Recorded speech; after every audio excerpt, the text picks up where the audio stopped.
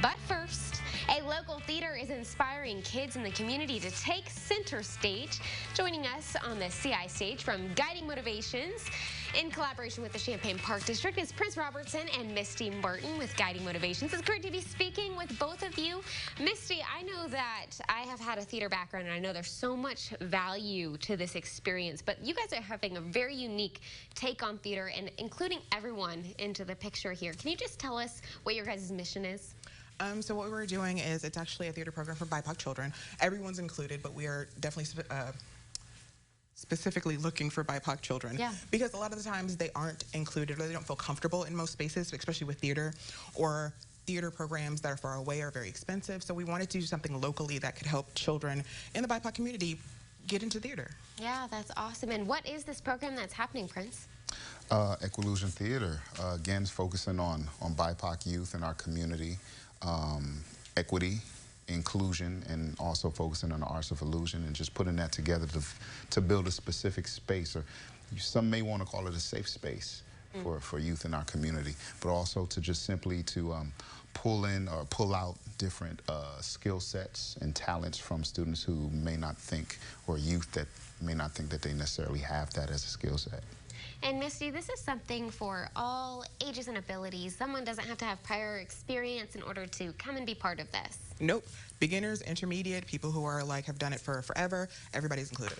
And what do you hope is kind of the big takeaway for these students?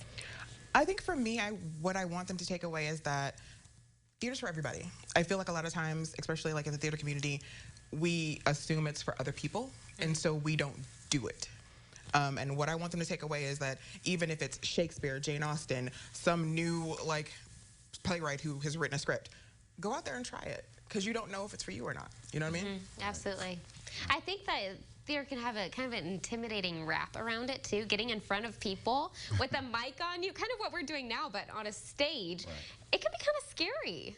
Well, yes. We want to build that confidence in the youth. Yeah. You know, again, focusing on BIPOC and equity as a key, but also students and youth of all abilities. So we have a lot of our children, our kids that have invisible disabilities and visible disabilities. We welcome them as well. That's awesome. And of course, if people do take part in this, at the end of it all, family and friends kind of get to see the growth, right? Yeah, we actually have a performance at the end where the kids, usually we give them monologues of some sort that they've gone through when we worked and helped them work through, and at the end they get to do a show for their parents. And how does it work? Do people show up to a class like a certain amount of hours a week, or how does it work?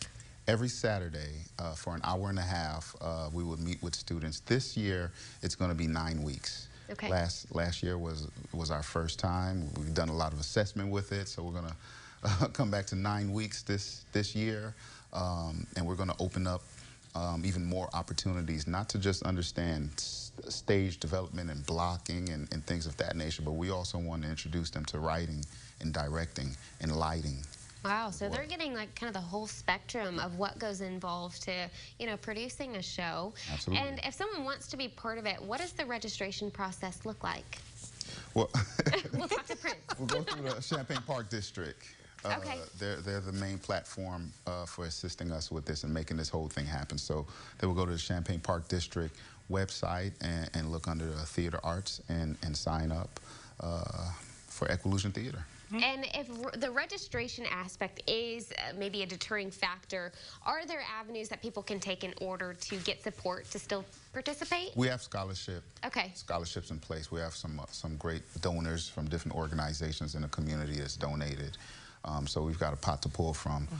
If we have a family of 3 with 3 children, and all 3 children want to join. Which would be awesome. We'll be able to, you know, take care of them as well. Okay, awesome. And why would you just encourage people to participate? I know that your son has kind of reaped the benefits of this program, and we're going to get a glimpse of that in just a little bit.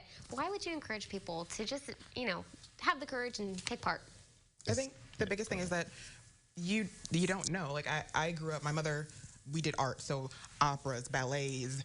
Like I've seen monks chanting, and it gives you a different experience with the world. And I think every child should have that, and that's, I think, me personally, that's why I wish more children would come, so that they have that experience, that they can see a different a different way that the world works. Yeah, it definitely opens some perspectives there for sure. So many cool experiences to be had with this program.